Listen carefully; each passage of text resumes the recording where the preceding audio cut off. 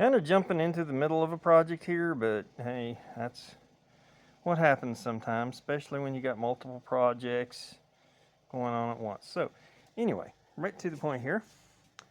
This is my 280ZX Turbo. So, try and get some floor pans in her. And this has always been my method. I have this very large roll of construction paper. And so what you do is you try to lay out a template. So, you got your flange bends over here, you got your bends there. Roughly gives you an idea of where the bends there is. Cuts. So, take this out. And yeah, now you see why I'm working on floor pan. It's hard to tell because all the trash and crap in it, but there's already been frame rail work done, so I don't have to worry about that. But this all has to go. I had made a piece before trying to do just that small section there, but then when I removed the sound deadening, I uncovered this over here and realized I just needed to replace it all. And by the way, this little dip right here, I don't know what the purpose of that is. I'm deleting that. So it's going to be flat across that. The rest of the contours will be fine. And then from there back, it's good. So, we've already got our marks here. Now what I was just doing was checking this mark needs to extend here. So what I'll do is I'll take my scissors, cut this out. Well, if I can find my scissors. Anyways, I'll cut this out and then put the mark continued from that, because that's what it needs to do in order to come together like so. Okay. And trim this, and if you're wondering, yes, this piece of metal had a little surface rust on it. That's what I've got. I've got sheets of this, so I'm going to use them. I will treat it with rust converter and all that good stuff before I actually install the pan. But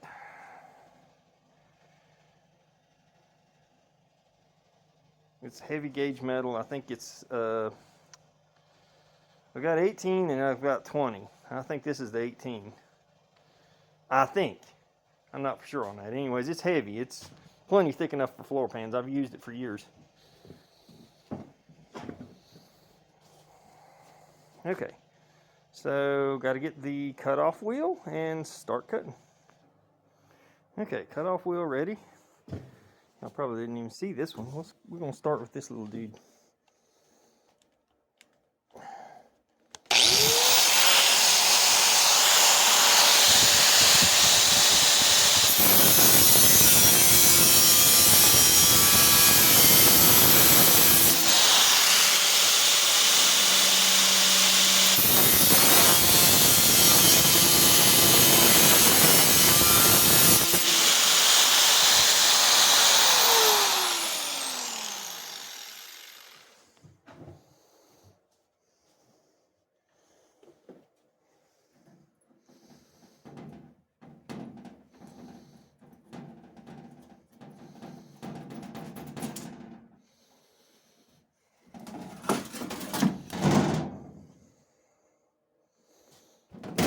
Let's see.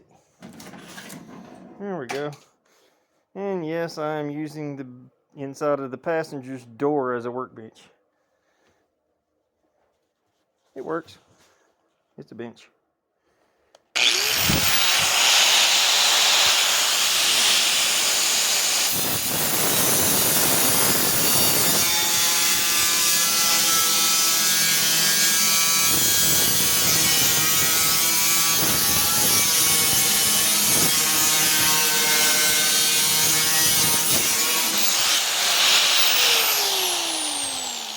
Okay, I tell you what, y'all get the idea. Cutting this out. Now, I would use the plasma cutter, which would be much faster. As a matter of fact, I may go do that, because this is going to take too long. The thing with it is, I got to kind of get it outside, so that, because the fumes of that are terrible. So, anyway, I'm going to cut this, and then proceed to bend it. Oh, no focus, no focus. Come on, focus. Okay, there we go. So, yeah. And yes, I'm using a dust mask. So, yeah, I had to do a lot of sanding, some on the rust. Actually, I didn't sand it. Let me show you what I used. I used this little dude. I kept seeing everybody using this in the videos I was watching. I was like, man, I got to get one of those little 2-inch sanders. And then this pad is actually called a rust remover pad. I forget the exact name of it, but it's, you know, specifically for rust removal. Works great. It doesn't, and it also works good for paint removal. If you just need to do, you know, a little spot like this clear coat, I can take off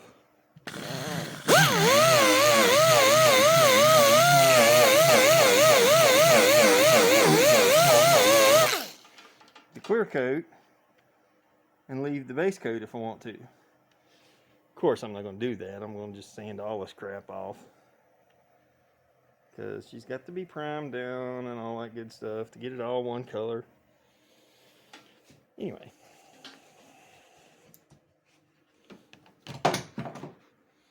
well, you may notice as I go along, sometimes I have a hard time keeping focused on what I'm doing and get sidetracked very easily. Don't mind that, it's just part of the process. Okay, hope you can see me all right. So here I am next day on cutting the floor pan, because last night it was cold and rainy and I decided I wasn't coming out here messing with this thing. So, yeah, I know it's not bright out here, but this is my torch glasses. Just want to say, y'all are not going to see me using high dollar tools, and a lot of my stuff is cheaper tools, Harbor Freight tools. In fact, I have a Harbor Freight plasma cutter, but this is not it. This is a, I don't even know what brand it is, but it was like a $200 eBay purchase my dad found. It's not exactly the best plasma cutter, but it does the job, and in fact, I have less trouble out of it than the more expensive one. So, this is what I'm going to be using to cut my cuts here, as I was showing in the last little thing I did. And yeah, I started cutting with the cutoff wheel and decided, no, just going to take too long. So, we're going to start cutting here.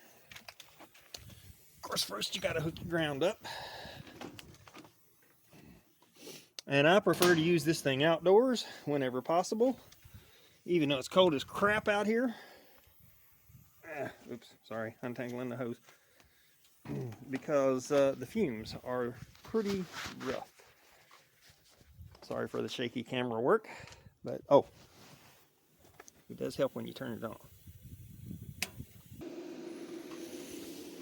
Okay, so here we go. Freehand.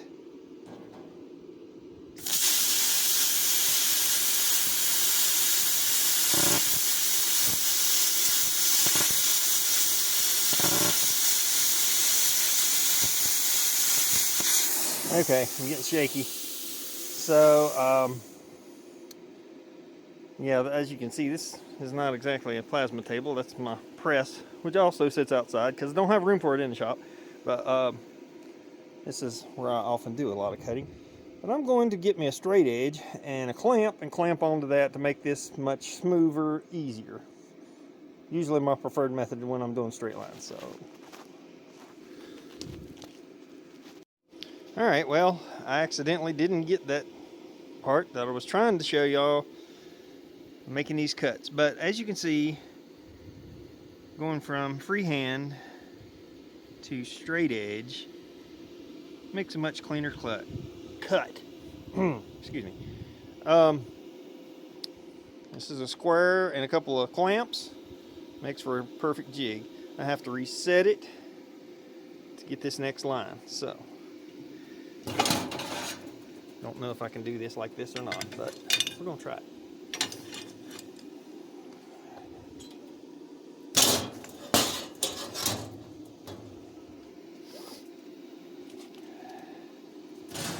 I'm going to hang it up here.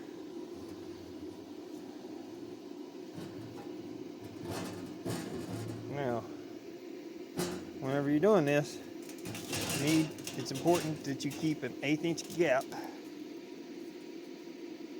to allow for your tip. All right, I'm gonna do this right here.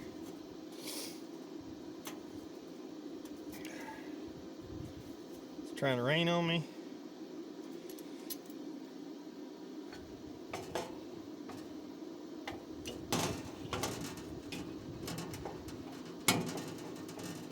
That's not going to work. It's going to be in my way. Let's reset. I'm going to reach it from here.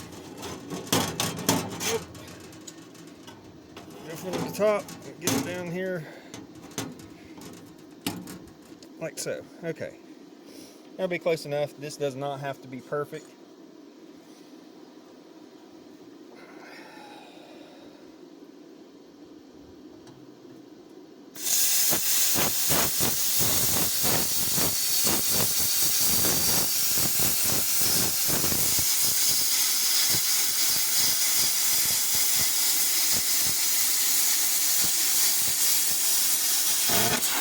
Okay.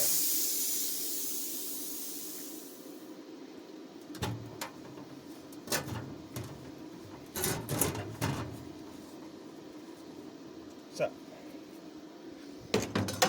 now we shall take this clamp loose, drop the square, it'll be fine.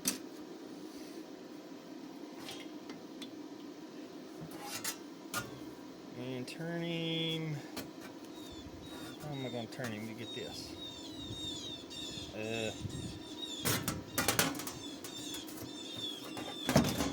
Turn him like this, and then that like that. There we go. Now for this, all right, here I got my template cut out. I got my little V cut out. I could take this back out to the plasma cutter, but for that little cut, I can actually make a easier cut with the grinder, I believe. So, it seems like it should be curved, but the way I folded it and the way it came out, you know what, I think it should be curved. So, maybe I will take it back to the cutter and put a little slight curve in that each way. And that will help it to make a rounder corner. Would make sense, right? Right.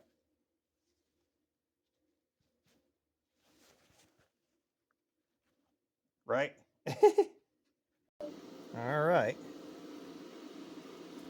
Let's see how well I can do this. Because this is going to be another freehand cut. But I have two hands to do so. And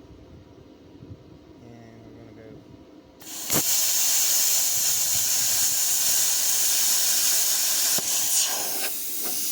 I'm surprised that worked.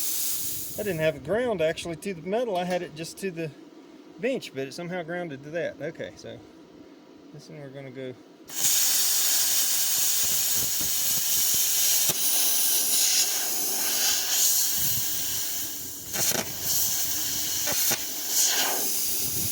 I don't know if you can even tell that's curved, but just a little bit. We'll see. It'll work. It'll work one way or another.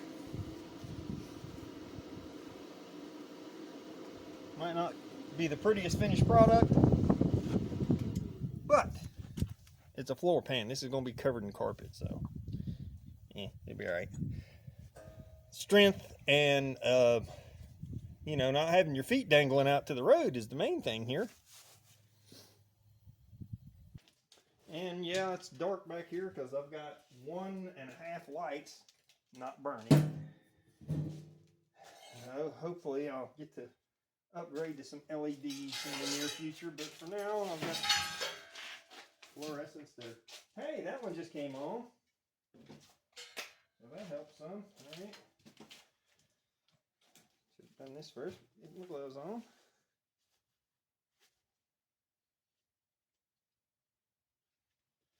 And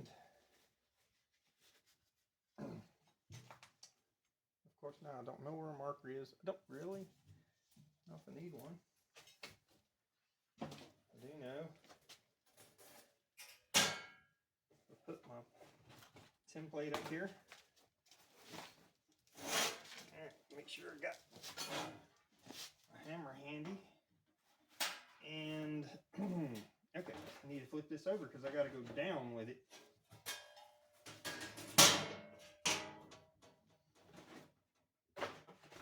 We'll put this to the back side.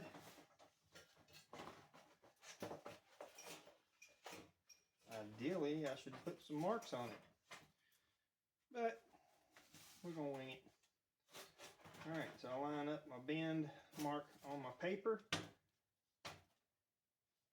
with the edge of the metal and on the bench. And mark on my paper down here, just a tid more,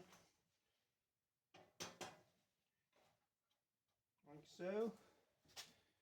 Alright. Now, ideally, I would have this plant, but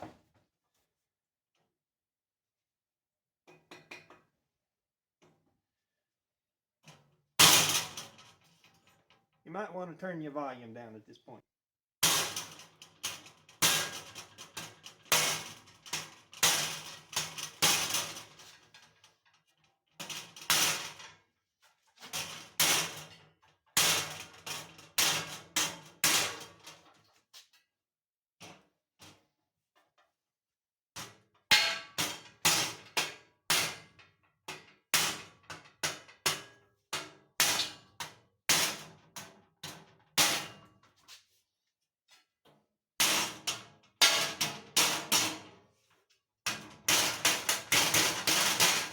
I like to work it down until I got my ends folded down, and then that way it holds it from sliding away for the rest of it.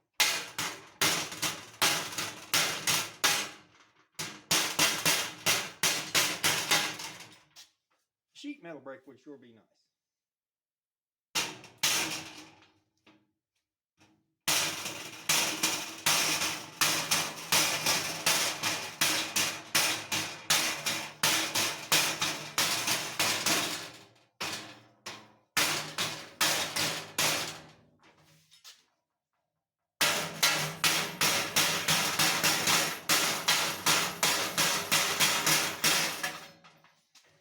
But been doing it this way for years.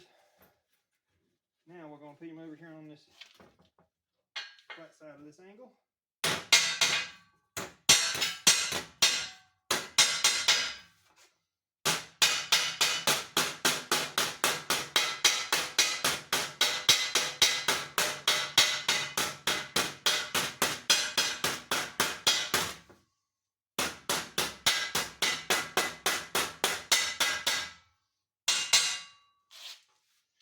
Sometimes you might consider this to be doing it the hard way, but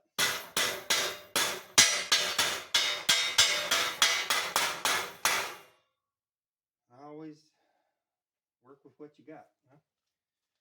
You know? I see the videos of guys doing restorations and they've got like a full shop, full, all these nice tools with all these metalworking tools. And like, man, that sure is a nice way to do it. But when you don't have that, you got to improvise, do what you got to do. So, I've got a little notch right here that's to allow that to bend. This flange came out just a little bit bigger than it probably needed to.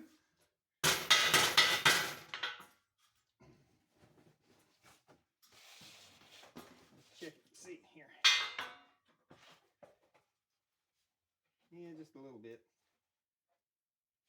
It'll be all right though. Because what I'm going to do with this gives me more room. I need to drill holes all down this side. Those will be plug welds into the side of the inner rocker. It's very important because that's a lot of your strength in this. Okay, so what I'm going to do now, since that did come out a little bigger, I'm going to make this V just a little bit bigger.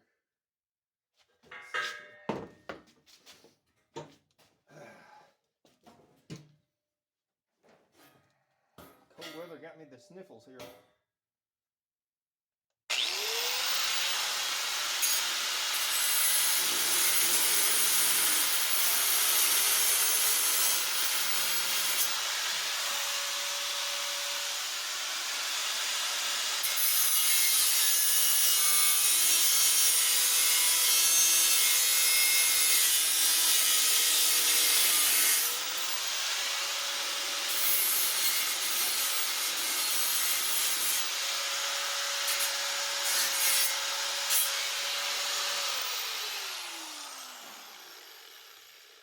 All right. Now,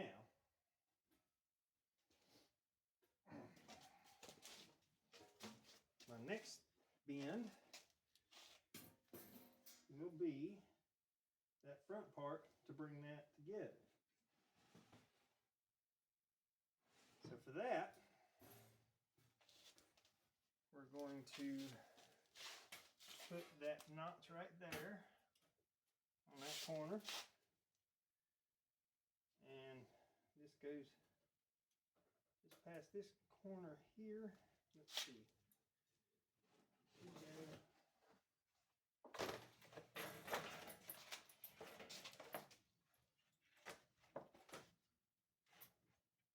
Line them up here.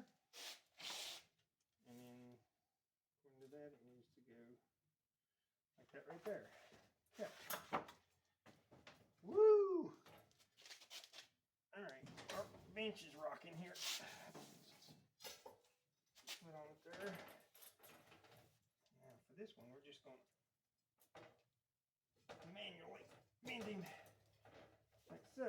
When you got a bend that's further over from the edge, and in this case like a 45, you can often just manhandle it. And this gives a little rounder bend. This is what you call the toe board. Basically where your feet will rest. So now we have another bend there. Okay. Now the rest of this stays flat because there was this dip I showed earlier. Right here. I'm not putting that back. I don't see any point in it. I mean, this is like I say, your footwell. Maybe that was for strength. I might put me some beads in here, roll some beads. I do have a bead roller. I do have that tool. Just for strength, so that your panel doesn't buckle, like so. But other than that, I'm not trying to make it fancy. I'm just trying to make a floorboard so I can get this car done. Okay, now, our other bend, next most important one. All right, before I do this other bend, I'm gonna take and clean up this a little bit because we got a little slag there. So.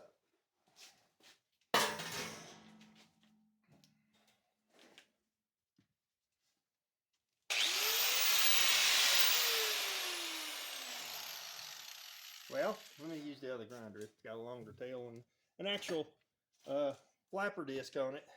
I was going to say grinding disc, but it's actually a flapper disc, which is technically a sanding disc for your grinder. Oh, this one's already plugged up. Okay. So it gives you a smoother finish.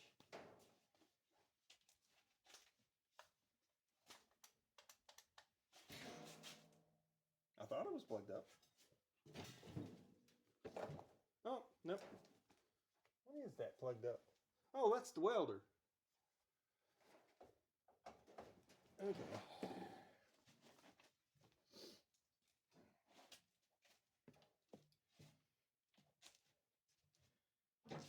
want a tip on organization of your garage, you should probably ask somebody else, because it's definitely not my strong point.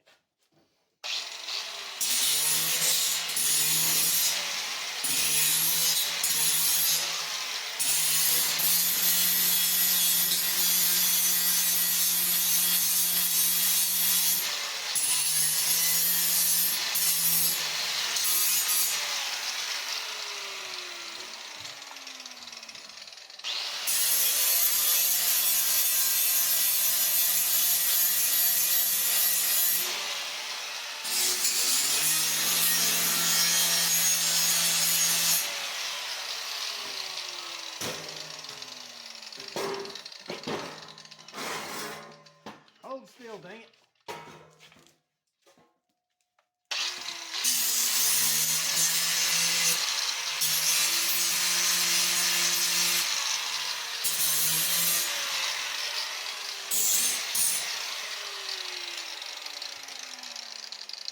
I cleaned these edges up on most of this, except for my cuts. I'll deburr the rest of that later. Right now I'm trying to do my bends, and I mean, I'm sure y'all don't really want to watch me sit here and grind all this crap anyway. But this piece needed to be cleaned up because those need to join.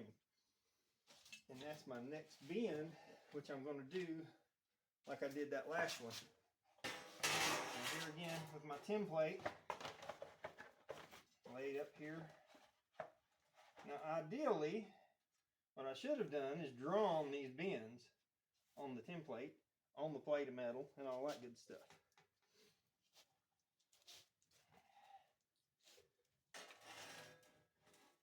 But, okay, so I'm going to line that V up with that corner, and then this part right here, and then we're just going to push that down. I'm trying to make these two pieces join.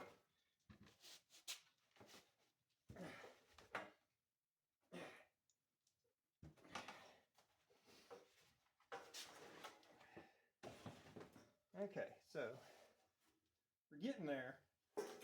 These needs to come together. This may need to curve a little bit more. Not particularly, but just a little bit down here.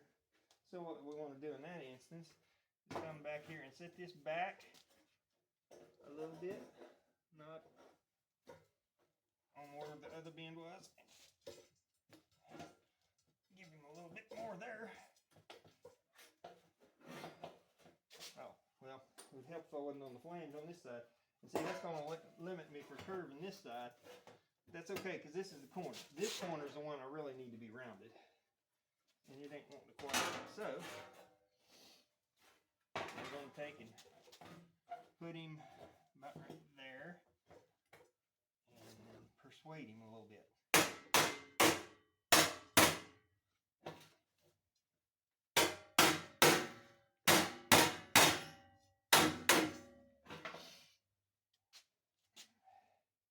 And we're getting a little bit of roundness in it. Let's see here. Get him down here where I can see what I'm doing a little more. Nope, let's flip it around. And let that sit flat. Oh, I can't sit that flat. I got that flange. I should have done that first, huh? Okay. We're going to just use the end here.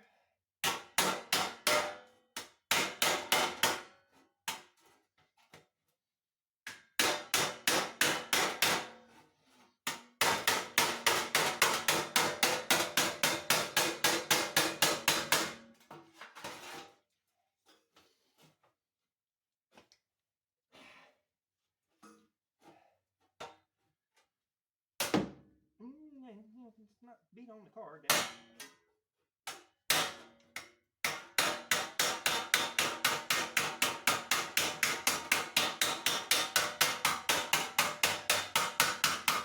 There we go. Now I'm getting some curve to that. I'll put this part here back. Now, gotta get the flange down. Well,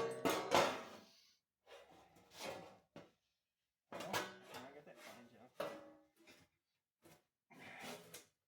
Okay, that part's together.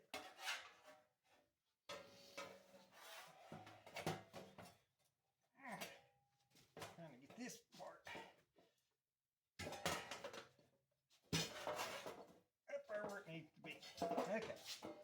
Now, that's probably going to curl up too much.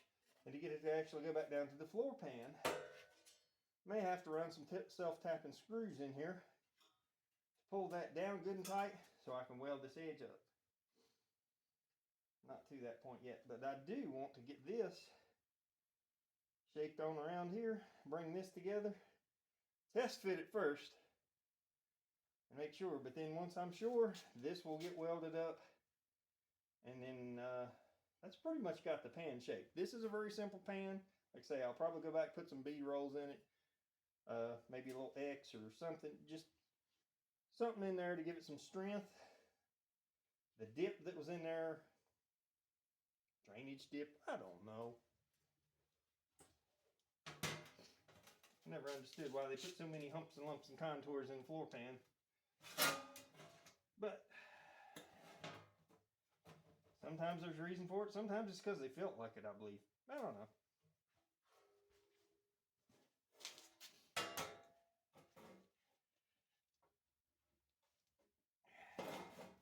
Alright, so this has got to sharpen up a little more back here. Yeah, like that. I don't want this to be like a real sharp bend, but I do want it to come up what it needs. Now I got to let him go over there a little bit. And there we go. That makes him a little rounder. A little more. This has got to come up almost to a 90.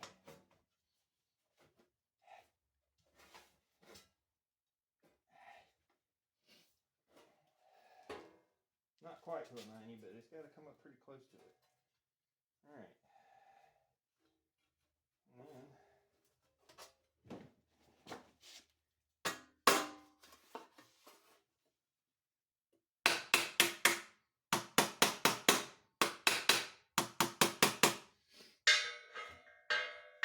so that's about what I want that to do down there. I don't know if you can see a thing, but we got to get that right there welded up. But like I say, don't ever have a bead roller. There is a little trick where you can kind of put a hump in using a piece of pipe. I had on the 240Z, they have this big hump in the floor pan that sits on top of the frame rail. So you got your channel underneath, and then it's got this hump that sits right on top of it that makes the strength of the upper part. Now, me not having tools to make that, what I did was used a piece of channel iron. I think it was 3-inch channel iron, because it's like 3 inches wide. And then a large piece of solid round stock, which, you know, just a solid round bar that I had to make that dip. It was very, very difficult to do that way. I'm sure there's better ways to do it. That's how I had to do it. But anyways, that's not to do with this. That was just another example of having to overcome not having the proper tools. So, for me, when I'm watching videos, this is one thing that okay, sometimes I see people doing stuff just, okay, we're going to do this way because this is how we do it. And you're sitting there going, that's not the right way to do that. This may not be the right way to do this, but it may be the only way to do this when you don't have all the fancy tools, all the expensive stuff. So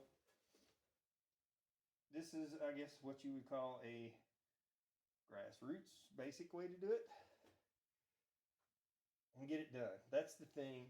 You need a floor pan. Yeah, sure, you can buy a floor pan for a 280Z, and then it goes from the toe pan into the back. I'm never happy with those. They don't have this turn up usually. When you get a floor pan, the end of it's cut off straight. You're going to end up making this piece. I don't understand why they do that. Also, if it don't come up on the transmission tunnel,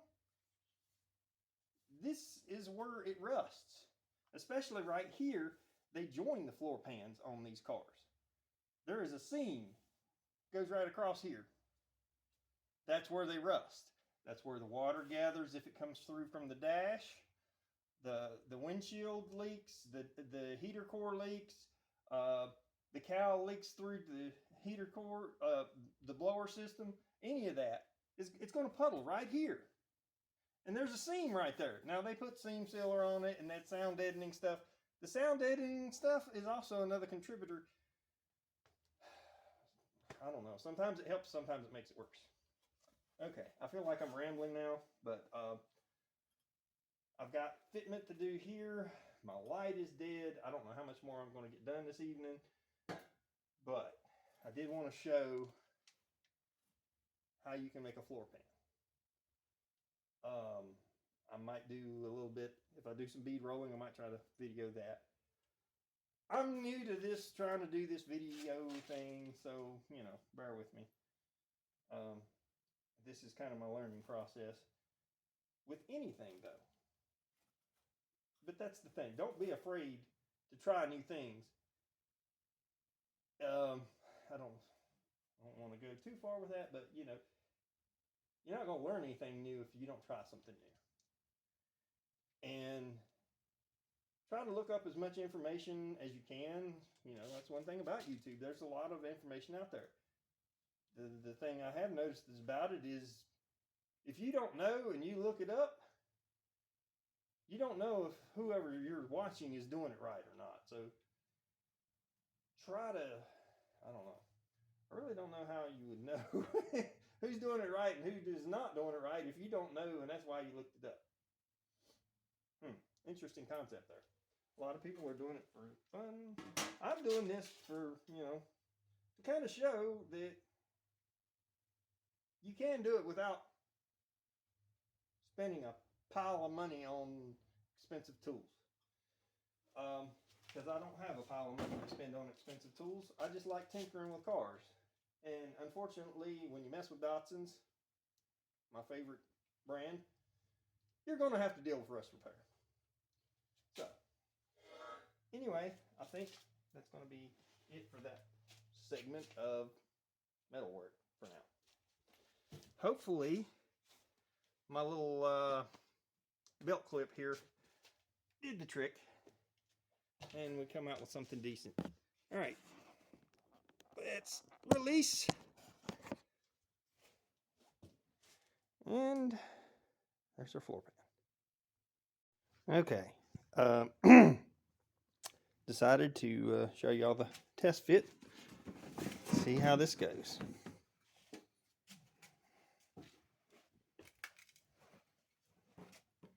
And I accidentally left my little battery powered trouble light in here turned on last night, so it's nice and dead. Get some new batteries for that. All right. Okay, so all right, we're looking pretty good. Our flange will go right there, nice against there. I'm gonna have to make a little bit of a bend back there, right there, to contour that in. That will have to go down like so, and a little bit of a gap there. May have to work that a little bit more. Now, the key to this is when you're doing a floor pan in this manner, you're not going to get it to where it's just going to lay right in there and weld up. No. You're going to have to hammer here, and you're going to have to hammer there. You're going to have to run some screws in. I still got to cut the old pan out. I still got to clean up some more of this sound deadening crap because I made the pan bigger, but that's all part of it. That's why a lot of people will buy a pre-made pan. Now back here,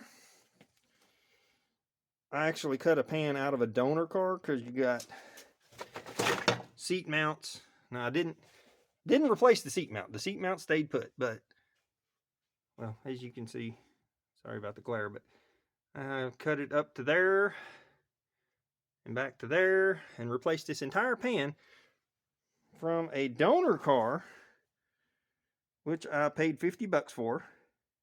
Kept the wheels, the fenders, this pan, a few other odds and ends, and hauled it off and got $60 for it for scrap. Would have done pretty good if I didn't have to drive 90 miles to get it. So, yeah, anyway. Came out, okay, I figure I still got the wheels. Well, actually, I sold them with another car. Anyways, rambling. Sorry. So, this is going to require a lot more work. But it is looking pretty good, in my opinion. Yep. Definitely need better lighting, better camera setup, all that good stuff. But, hey, okay. This is a test fit. So, for now, like I say, I'm probably going to put some beads in that sucker. So I may show that here in just a minute, because that will be my next step. Well, gloved hands don't work the... Okay. As you can tell, all the dirt, I haven't used my bead roller in a while. I think this is a Harbor Freight one. I don't really know. I got it secondhand, probably from an auction. Whatever. Anyway. You just clamp it in the vise. It's got a piece on the backside for a bracing. It works. Like I say, the fancy ones, you don't have this hand cranked turn handle back here. You got a foot pedal, so you got both hands free to roll beads, you know. Yeah, well, I don't have that. So, I'm going to take y'all for a little ride in my pocket again, see how this works. Hopefully, you can see what I'm doing. Don't really have any particular design in mind here. Although that's not going to work, obviously. So we're going to have to go in from this side.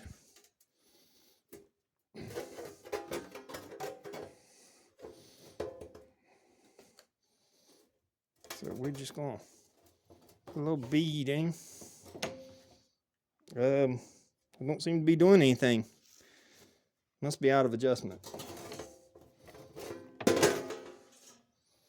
Okay, to adjust, you tighten this bolt here up, like so. Okay, there we go.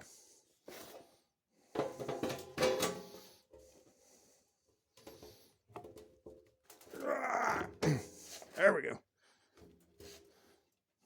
Are we doing anything? Not really. Need to tighten that up a little more. Okay. And that means we need to find a wrench.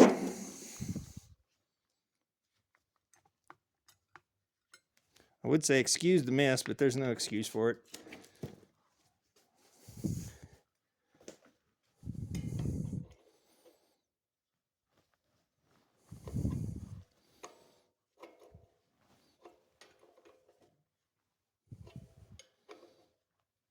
Ow! Be sure to get your finger in the way. Try this left-handed. Maybe I won't shake y'all around so much.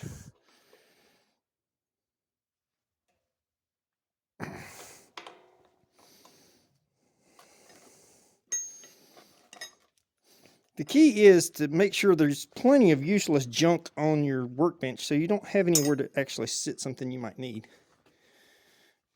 Okay. Ah, yeah, that's doing something. Oh, look at there. Now we got a bead. Okay. Let's try to keep it fairly neat looking. Oh dear, I just ran into an issue we have over here. Well, that's not good. So, you know, if I would have been smart, I'd have probably rolled my beads where I needed them before I'd done the bends. But I didn't do that. So, that means we're going to start going to an angle. We're just going to run that bead right on across wherever we can get it.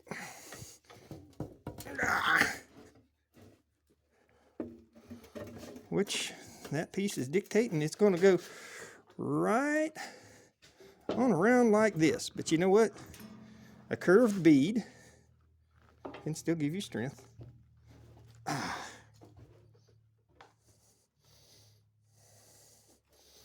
It might even look kind of nifty, who knows. We're going to just curve him right on around here and try and make a loop out of it. Let's hope I can get it all the way around.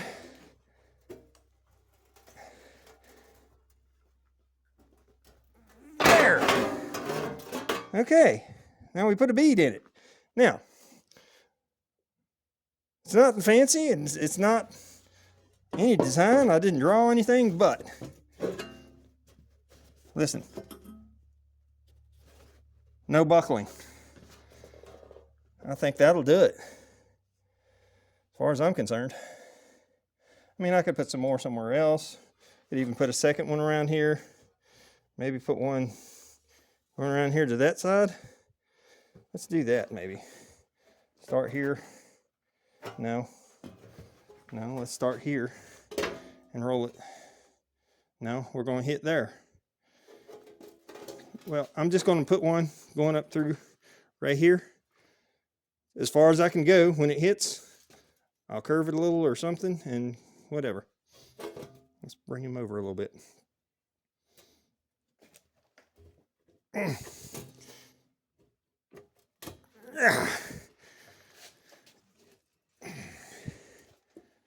right, maybe I can duck that under and get a few more inches. Yeah, there we go.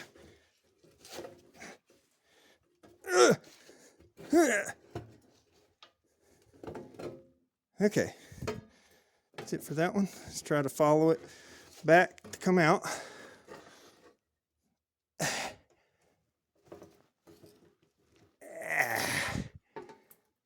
There we go. And see, you don't really have to do anything but make one go in a straight line. That gives this strength from flexing here. I could even put some up here, but I'm not going to. Okay, so not exactly a fancy tool, but it is a metalworking tool that I do have. I also have one of the little cheap English wheels. I use it occasionally, not very much, because I'll be honest with you, I don't really know how to use it that well. I mostly use it for when I'm hammering, like you seen before. Say I got a bunch of hammer dits, run it through the flat English wheel, and that'll really smooth it out. Now, if I'm trying to make a curved piece, I have used it, but I'm not very proficient with it, so I really haven't messed with it that much. Okay, so yeah, that's that. And we're going to take him back here. I know y'all can't see nothing but the floor pan, but you're not missing anything important, trust me.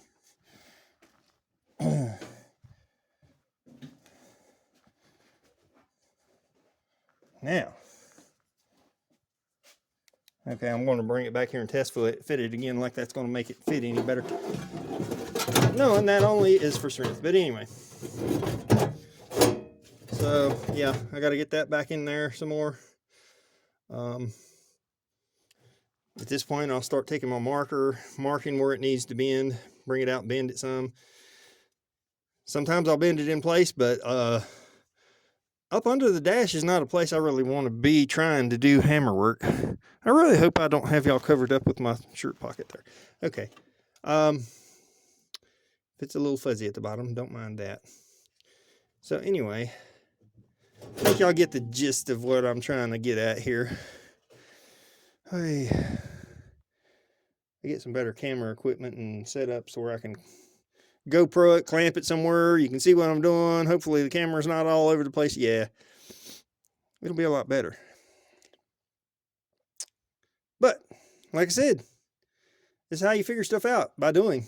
I mean, yeah, sure, you could probably pay somebody a lot of money to show you how to do it the right way first, but what fun is that? All right. Hold on, let me turn this light off. So, yeah, see over there. Anyway, get you straight. I guess that's it for now. May do some more videoing on the floor pan in the process. but I got to get a few things set up and figure out what I'm doing next.